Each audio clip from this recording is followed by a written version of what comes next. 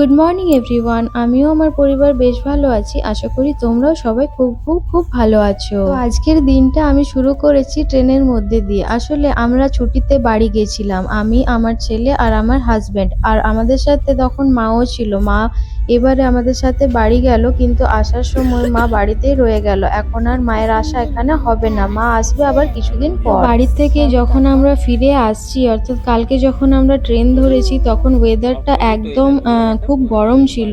ট্রেনে যখন আমরা এখানে এলাম, এখানকার ওয়েদার একদম আলাদা। একদম ঠান্ডা ঠান্ডা আর বৃষ্টিও পড়ছে। তো আমাদের তো খুব ভালো লাগছে। আর যেহেতু আমরা এসিতে আছি, প্রচন্ড ঠান্ডা লাগছে। তাই ছেলেকে দেখো ফুল হাতা জামা প্যান্ট পরিয়ে দিয়েছি। কারণ ওর একটু ঠান্ডা লাগার ধাত আছে, ওর একটুতেই ঠান্ডা লেগে যায়। আর এদিকে দেখো আমি গরম গরম চা নিয়ে বসে গেছি। এই ঠান্ডা ওয়েদারে গরম চা না খেলে হয়? তাও আবার ট্রেনের চা। উফ, কি যে আনন্দ আর কি যে শান্তি, সে আর বলে বোঝানোর নয়। দেখো সকাল সকাল মুখ টুক ধুয়ে একদম ফ্রেশ হয়ে আমাদের নামবার কথা ছিল ওই ৮টা সাড়ে ৮টার দিকে। বাট ট্রেনটা একটু লেট হওয়াতে আমাদের ট্রেনের টাইমটা আর সেই আগের টাইমে নামা হলো না। একটু লেট হয়ে গেল। তো যাই হোক, আমরা ফ্রেশ হয়ে ট্রেনের মধ্যেই চাটা খেয়ে নিলাম। এবার আর একটু পরে আমরা নেমে পড়বো। ভেবেছিলাম যে এখানে নেমে সকাল সকাল নেমে যাব, তারপর ছেলে স্কুলে চলে যাবে আর বর চলে যাবে ডিউটিতে। বাট সেটা আর হলো না। ছেলের স্কুল হবে না। জানি না বরের ডিউটিটা ধরতে পারবে কি পারবে না। তো দেখো মোটামুটি ট্রেন থেকে আমরা ১ ঘন্টা লেট মতো নেমেছি, কারণ ট্রেনটা অনেকটাই লেট করে দিয়েছে। আর রেলওয়ে স্টেশন থেকে আমাদের বাড়ি আসতে মোটামুটি ওই ১৫ থেকে ২০ মিনিট মতো লেগে যায়। তাই আমরা টোটো করে বাড়ি চলে এসেছি। আর এদিকে বাড়ি এসেই বর তো ঝটপট স্নান করে, আসার সময় আমরা ২ প্লেট ধোসা নিয়ে এসেছিলাম। ওই ধোসাটা খেয়ে আর স্নান করে একদম ডিউটি চলে গেছে। আর আমি এবার লেগে যাব বাড়ির কাজে। যখন গেছিলাম বাড়ি তো পুরো একদম অগোছালো হয়েছিল।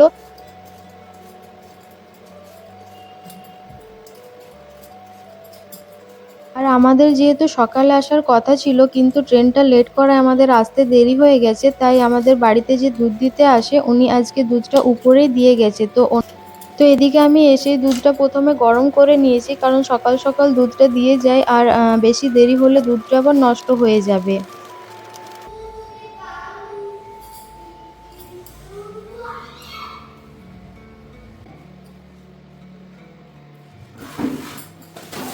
তো দেখো আমি একদিকে রান্নাঘরে ভাতটা বসিয়ে দিয়েছি, ততক্ষণ ভাতটা হয়ে যাবে। আর এদিকে আমি স্নান টান সেরে একেবারে জামা কাপড় ধুয়ে কেচে সব মেলে একদম শুকোতে দিয়ে দেবো। কারণ আমাদের ওদিকে মানে বাড়িতে বেশ গরম আর প্রচণ্ড রোদ। আর এদিকে এসে দেখছি একেবারেই রোদ নেই আর বৃষ্টিও পড়ছে। তো জামা কাপড়গুলো বেশি দেরি করে কাচলে ওগুলো আর শুকোবে না। তার জন্য আমি স্নান করে তাড়াতাড়ি করে জামা কাপড়গুলো একেবারে কেচে নিচ্ছি।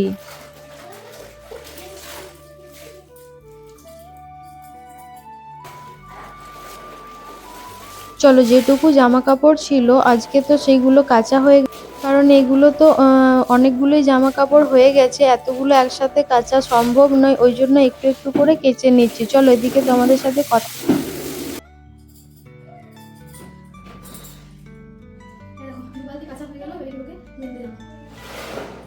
দেখো জামা কাপড়গুলো তো বাইরে মেলে দিয়ে এসেছি। আর এদিকে বাথরুমটাও আমি একটু পরিষ্কার করে নিচ্ছি, কারণ জামা কাপড় কাচার পর আর স্নান করার পর বাথরুমটা খুব ভেজা ভেজা হয়ে থাকে।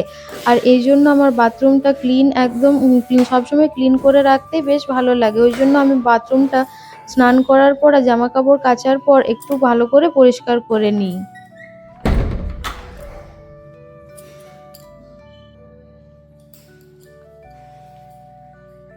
এই দেখো এবার আমি স্নান করে সোজা চলে এসেছি ঠাকুর ঘরে। জানো তো, মা যখন আমার কোয়ার্টারে ছিল তখন এই কাজটা ছিল মায়ের। কারণ মা পুজো করতে খুব ভালোবাসে। তাই সকাল সকাল ঘুম থেকে উঠে ফ্রেশ হয়ে স্নান করে একেবারে পুজোটা মা সেরে নিত। তো এখন যেহেতু মা এখন কোয়ার্টারে নেই, তো সেই কাজটা আমাকেই করতে হবে। শুধু এটা না, বাড়ির প্রত্যেকটা কাজই এখন আমাকেই করতে হবে একা হাতে। তো চলো, কোনো ব্যাপার না। আমি স্নান করে নিয়েছি, এবার আস্তে আস্তে পুজোটাও সেরে নিই। আর এই দেখো এইদিকে আমার ছেলে চলে এসেছে দুষ্টুমি করতে। ও যখনই দেখে আমি ভিডিও বানাচ্ছি বা কিছু কাজ করছি, তখনই ওর এগুলো করতে খুব ভালো লাগে। তো যাই হোক, ও একা একা বসে থাকে বাড়িতে, বোর হয়। আর আমিও যেহেতু ভিডিও করি টুকটাক, তো সেই জন্য ও এগুলো করে খুব যখন আনন্দ পায়, তো আমি সেগুলো আর বারণ করি না। আমার বাড়ির বাইরে একটা ফুলের বাগান আছে। বেশ কয়েকটাই ফুল গাছ আছে। তো সেখান থেকে স্নান করে পুজো করার আগে আমি একদম ফুলগুলো তুলে নিই। কিছু, কিছু ফুল তুলি আর কিছু, কিছু ফুল গাছেই থাকে। সবগুলো তুলি না। তো সেই ফুলগুলোই তুলে নিয়ে এসেছি এখন পুজো করব বলে আর ঠাকুরকে প্রসাদ দেব। তো এখানে দেখো আমার গোপাল ঠাকুরও চলে এসেছে। মা আমাকে একটু প্রসাদ দাও করে। তো ওকেও একটু দিয়ে দিচ্ছি আর আমি এখানে পুজোর জন্য প্রসাদ নিয়ে নিচ্ছি।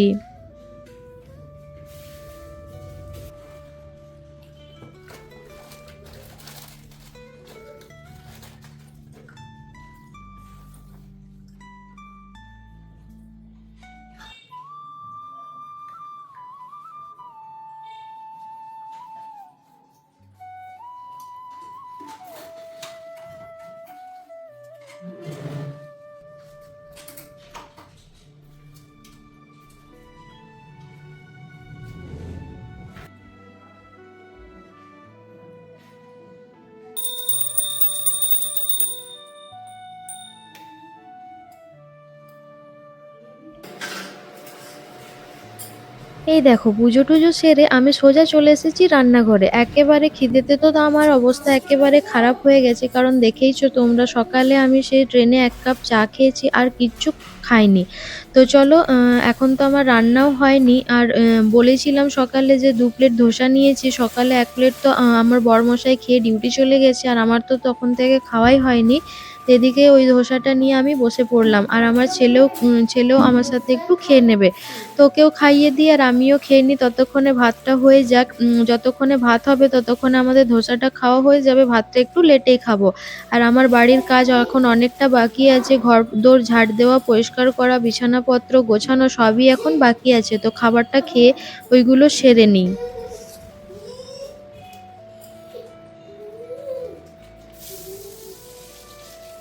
জানো তো আমার ছেলে খুব একটা খেতে পছন্দ করে না এইসব। তো আমি যখন খেতে বসি ওকে একটু, একটু করে খাইয়ে এগুলো আমি অভ্যাস করি। কারণ সবসময় ছেলেদেরকে বাইরের খাবার দেওয়া ঠিক না। আর একটু, একটু দিলেও সেটাও কিছু খুব একটা খারাপ নয়।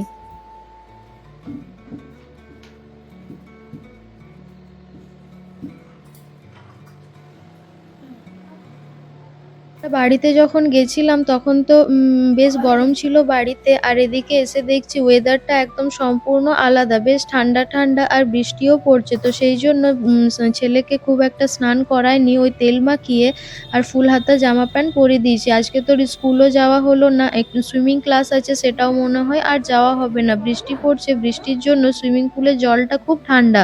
তো সেটার জন্য ওর আরো ঠান্ডা লেগে যাবে।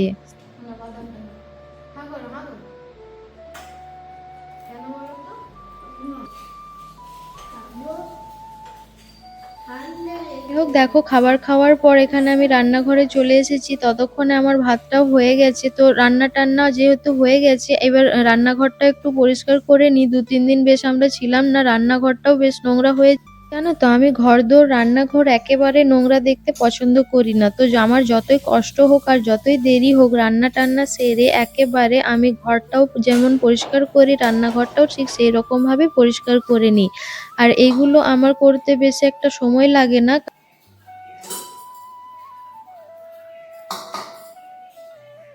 মা যখন আমার কাছে ছিল কোয়ার্টারে তখন তো পুরোটা মাই দেখে নিত। আমাকে এত খাটতেই হতো না। আসলে সকাল, সকাল ঘুম থেকে উঠে আমি যখন রান্নাঘরে আসতাম তখন দেখতাম সকালে স্নান করে মায়ের পুজো করা কমপ্লিট হয়ে গেছে। তার আগেই ঘরদোর ঝাঁটমোছ করে একেবারে মোছা-টোছা সব হয়ে গেছে। তো যাই হোক এখন তো মা বাড়ি চলে গেছে। এখন এগুলো আমাকে একা, একা সব করতে হবে। তো এদিকে দেখো রান্নাঘরটা পরিষ্কার হয়ে গেছে আর এই মিক্সারটাও আমার অনেকদিন ধরেই নোংরা হয়ে পড়েছিল। তো সেটাকেও একেবারেই পরিষ্কার করে নিলাম। যেহেতু আজ রান্না-বান্নার খুব একটা চাপ নেই তো এইগুলোই আমি আজকে সেরে রেখে দিলাম।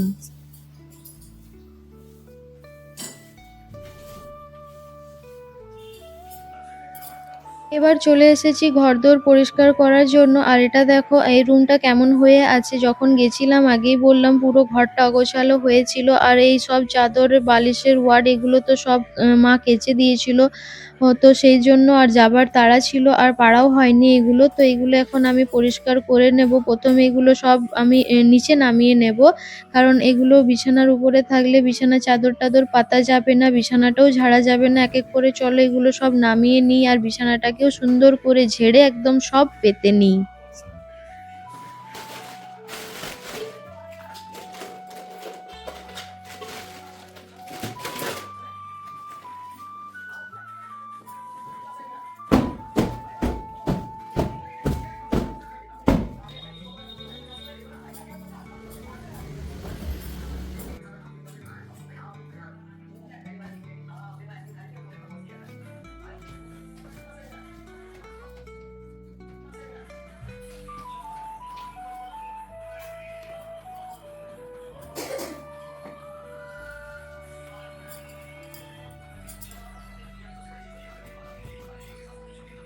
তো দেখো এবার আমি বারান্দাটা পরিষ্কার করে এবার চলে এসেছি রুমে। আর রুমটাও একই অবস্থা হয়েছে, বিছানাটার তো অবস্থা একেবারে যা ইচ্ছে তাই হয়ে গেছে। তো এইগুলোকেও আমি একবার ভালো করে ঝেড়ে পরিষ্কার করে নিই। আর চাদরটা আমি আজকে চেঞ্জ করব, কারণ যখন ছিলাম না বাড়িতে তখন এই চাদরটা পাতা ছিল, খুবই নোংরা হয়ে আছে।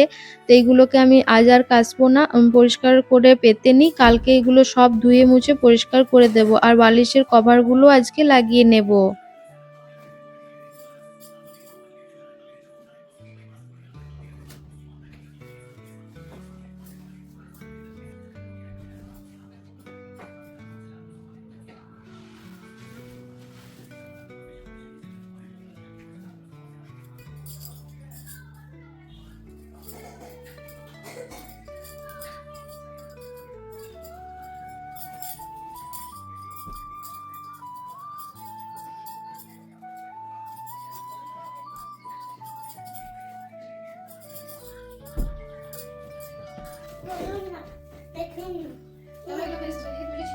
এবার দেখে বলো তো আমার বিছানাটা কেমন সুন্দর লাগছে। জানি জানি খুব ভালো লাগছে, তাই না? আমারও খুব ভালো লাগছে। বিছানাপত্র যত মানে একেবারে গোছানো বাগানো থাকে আমার তো খুব ভালো লাগে।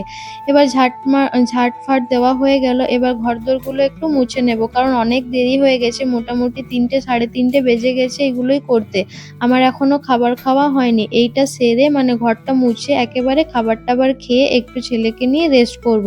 তারপর তো আবার বিকেলে বর চলে আসবে, তো তার জন্য আবার রান্না বান্না শুরু করতে হবে রাতের জন্য, কারণ বর তো সকালে খেয়ে যায়নি। তো রাত্রে যাই হোক একটা টুকটাক কিছু বানিয়ে, রুটি বানিয়ে আর সবজি টবজি বানিয়ে খাওয়া হবে।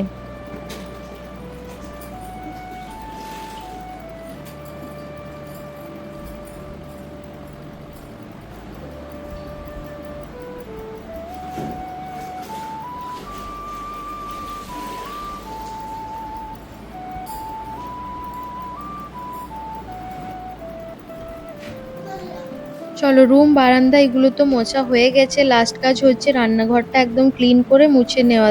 উপরেরটা তো আগেই দেখলে মুছে পরিষ্কার করে নিয়েছি, এবার নিচেরটা মুছে নিচ্ছি, কারণ এগুলো না প্রচন্ড ধুলো বসেছিল। আজ 2-3 দিন ধরে বাড়িতে ছিলাম না, তো তার কারণে ঝাড়টাও দেওয়া হয়নি আর ঘরটা মোছাও হয়নি, তো ভালো করে একটু পরিষ্কার করে নিচ্ছি।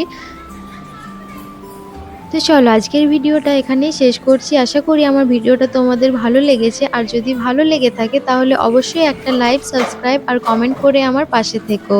ধন্যবাদ।